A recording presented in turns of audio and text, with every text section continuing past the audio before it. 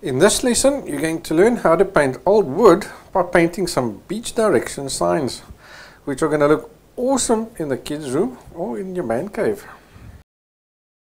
I start off by masking the signs using clear cover, and this will allow me to paint the background very quickly.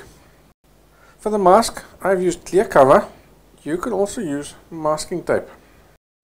As the signs are near the beach, we will paint an indication of the sea and some palm leaves in the background. Paint the sky using French ultramarine and white at the top, then gradually add more cerulean towards the horizon. For the sea, add French ultramarine to the top sky mix and more cerulean to the bottom sky mix. Then blend these two colors into each other to make the sea recede into the distance. Suggest a few waves using a lighter color and horizontal strokes. Suggest the beach by adding a mixture of yellow ochre and the sky color. And that's all the detail we need in the distance. To paint the palm leaves, use sap green. Then start by painting the stem and then the leaves on either side of the stem. Consecutive leaves become shorter and shorter towards the tip of the stem to get that palm leaf effect. On the top right of the canvas, we want to show lots of overlapping leaves, so block in an area there. Then paint darker and lighter leaves in that area. The darker leaves are sap green plus red. The lighter leaves have cadmium yellow added to them. In this painting, the sun is coming from the left, so highlight the left-hand leaves where they point towards the sun using the cadmium yellow mix. To paint the pole that our signs are attached to, use raw umber and varying amounts of white to get 3 different tonal values. Block these 3 colors in the different places on the pole and then use a clean dry brush to fade adjacent colors into each other, and that will make the pole look round. Now let's be proactive and add the shadows cast by the signs onto the pole. To do this, use raw umber to paint a banana-shaped shadow under each sign. The shadow is darkest at the top of the curve and fades away to the sides and to the bottom of the curve. The position of the top of the curve determines where the sign has been nailed to the pole, so vary the placement of the top of the curve to match the position of the sign on the pole.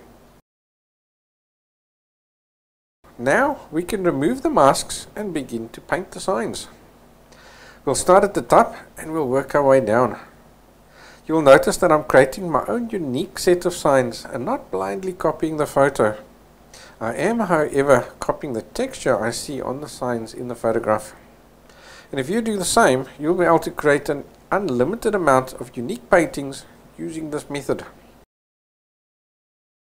The main technique used to create the weathered signs is to mix the dark wood color, then block that color in on the sign where you see it. Then add varying amounts of white to that mix to paint lighter wood colors. Now notice how rough I'm blocking in these colors. I'd rather add a little bit too much color than a little bit too little. To create a wood grain effect, add a few contrasting lines and marks in the direction of the wood grain, and you can have lighter and darker marks. Notice how I'm using an extra brush as a mile stick so I don't touch the wet paint around the sign. To show that there's a hole in the wood where the screws have been added, paint a black hole, then darken the sun side and lighten the other side, and this will create a concave effect by that hole. You can add cracks to the wood by adding a black line and then a highlight line underneath it.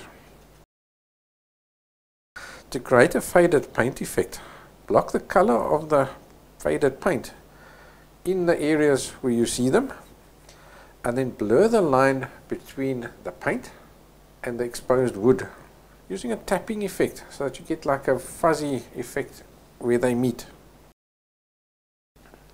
To show paint peeling off the wood, cast a shadow with a darker wood color on the sides pointing away from the sun and fade that away. Then add a little highlight to the edge of the paint to show the sun is reflecting off that peeling paint. Now we can paint the wording using the correct color and the rigger brush. The next sign down is a new sign, so we'll block that in with cadmium red and adding white towards the top for the highlight and alizarin crimson towards the bottom for the shadow, and just using a basic blending technique there to make it look rounded. Then I've painted the wording using cadmium yellow and black. I'm now going to continue to use these same techniques to paint the rest of the signs. As I paint, I ensure that each sign looks different and unique, and it has its own little look and feel.